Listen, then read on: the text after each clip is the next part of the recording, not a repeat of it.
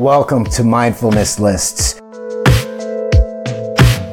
All right, this is what separates podcasters from the pod whiners. I just recorded the same section twice, sitting there in my closet. Something was so strange about that last one. I kept on, I was just getting amnesia as I was recording it. The last one was called The Illusion of Ownership.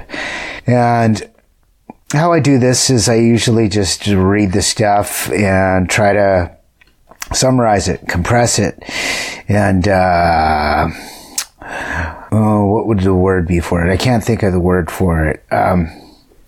Just sum it up in a very concise form for you guys.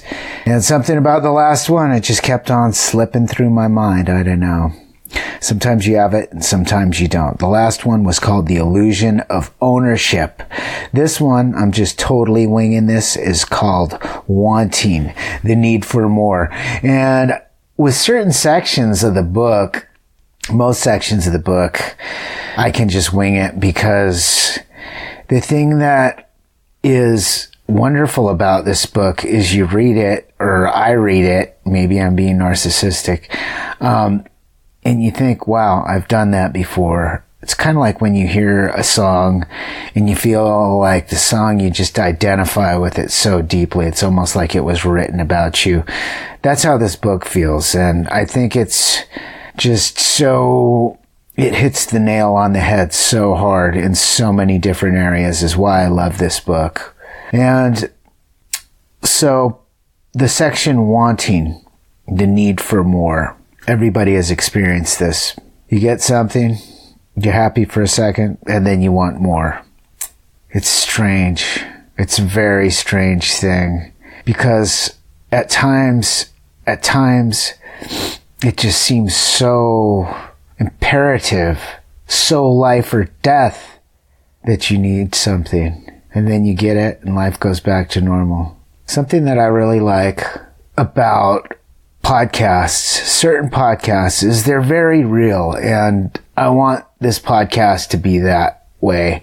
Some of it might seem a little bit scripted at times, but I think the things that really hit me deep is when people really can just be very vulnerable, and that's what I want to do. I don't want to hold anything back, and I don't want to be too contrived, and that's why I don't do too much editing.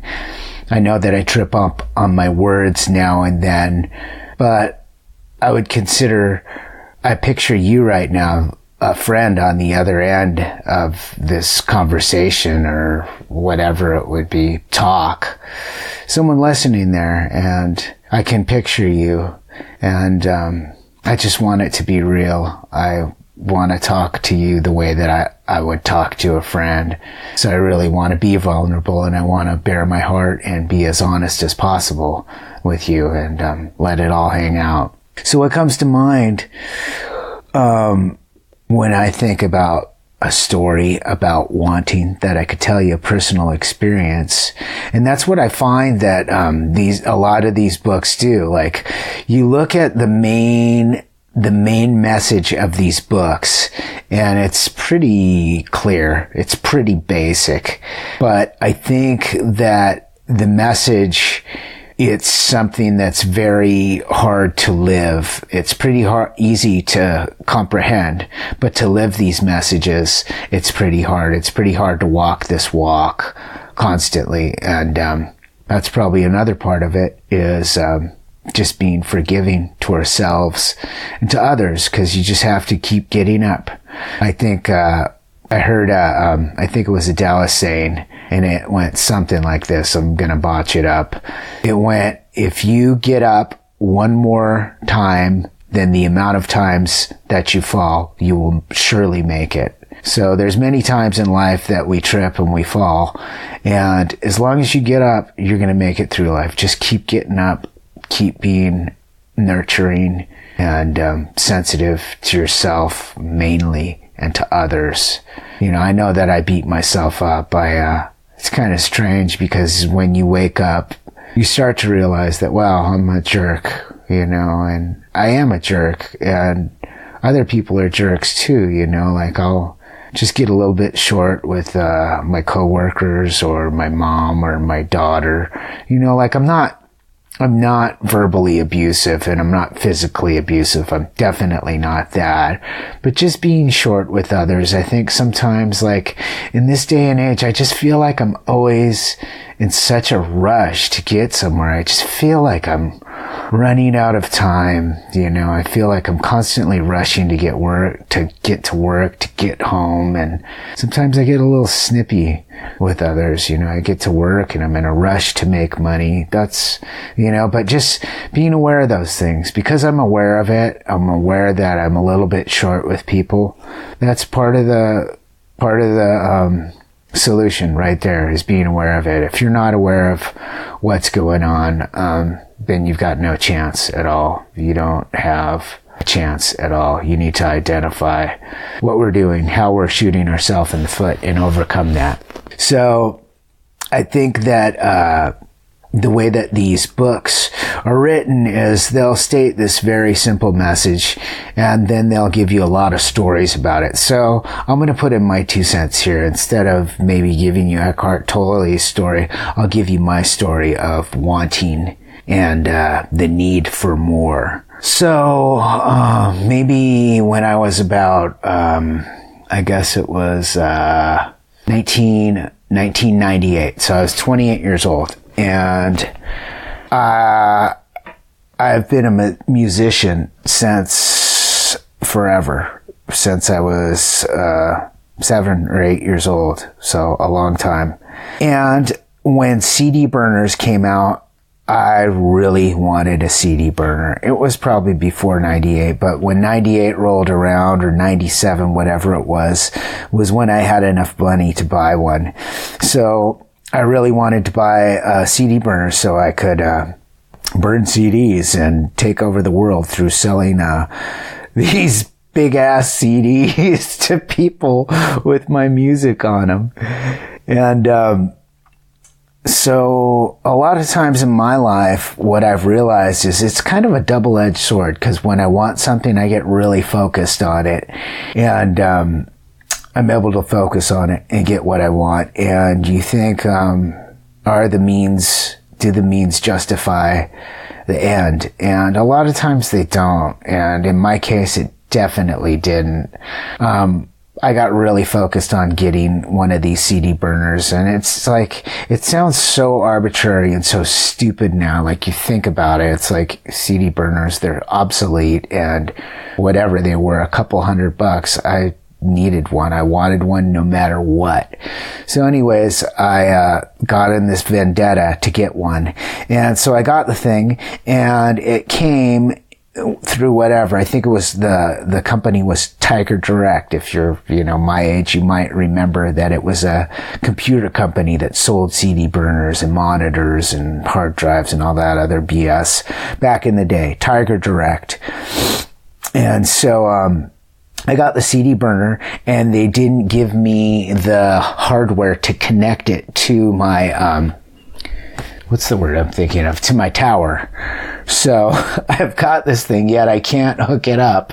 It's like the kid syndrome on Christmas morning. You get the toy, but you don't get the batteries, and none of the stores are open on Christmas. So you are basically, you're screwed. So I was sitting on the phone with people trying to figure this stuff out, and I hang up the phone, and then a call comes through, and it's my friend in New York, and he's like, Mitch, and I was like, hey, Chad, what's up? And he's like, Mitch, and I was like, dude, just tell me my brother is okay. And he called to tell me that my brother had died, and I could just feel it. It's been how many ever years that is from then till now. It's been a long time, 20 years at least.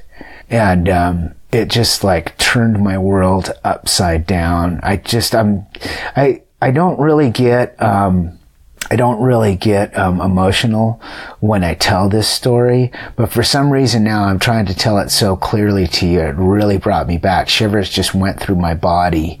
But I don't, I'm not depressed. I don't cry on a normal basis about my brother. It's something that I've fully accepted.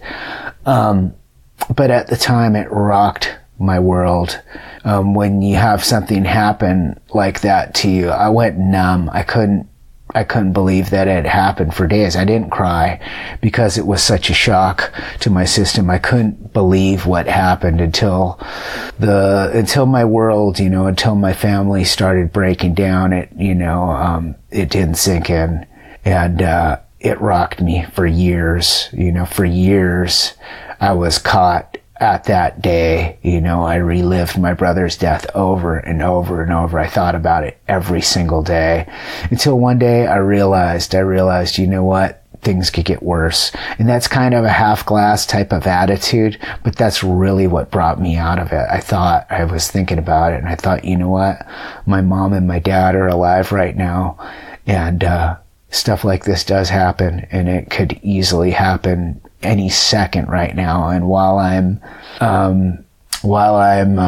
mourning my brother's death, I'm neglecting my friends and my family, and it's time to snap out of it, because this is life, and that's a gnarly thing to go to. But the point of the story was, sometimes I was focused on just this material object, and you neglect other things around you, not that had anything to do with my brother's death, but just not being aware of all the goodness that is there when you're so caught in wanting, in this ego-driven thing of thinking that something is lacking. We have everything we need. Yeah, it's nice to have other things. I'm all about having other things. I'm all about getting iPads and cars and motorcycles and going on trips. I'm all about that. We work our butts off. We should be able to do this stuff. It's like, why save it? I'm about being conservative too, and, saving for the future, but you gotta splurge as well. You gotta live. It's pretty cut and clear the way that this stuff works. There's this wanting, and what it is it's a disconnect of not being able to feel yourself, that there's already a lot there. There's already everything that you need within inside of you. You just look around, and the people who figured it out, they looked inside. And that's what you gotta do. There's no easy way around it. There's no shortcut. There's you could say a lot of different sayings. I could tell you a lot of nice sayings, a lot of nice stories and stuff, but there's no shortcut. You have to, if there's a sense of lack, it's because there's a disconnect with your being. You can't feel just the happiness of being, just, when you stop. And some people, it doesn't ever stop. You don't ever take a break. It's something that we need to do. You need to take time to reconnect with yourself. And we have it when we're children. When you're a little kid, you're there sitting in your room or with your friends, and you're just complete. Everything's good. And then as we grow older, things just change.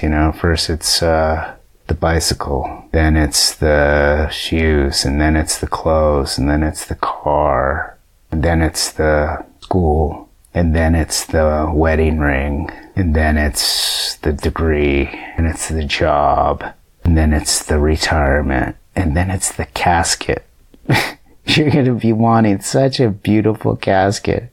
We need to take the time to reconnect, to see what we're looking for. It's inside of you. I know it sounds like complete BS, cliche stuff, but you can't. There's no shortcut to doing it. You can't read about it. You have to do it. It has to become a practice of yours. I'll see you next time.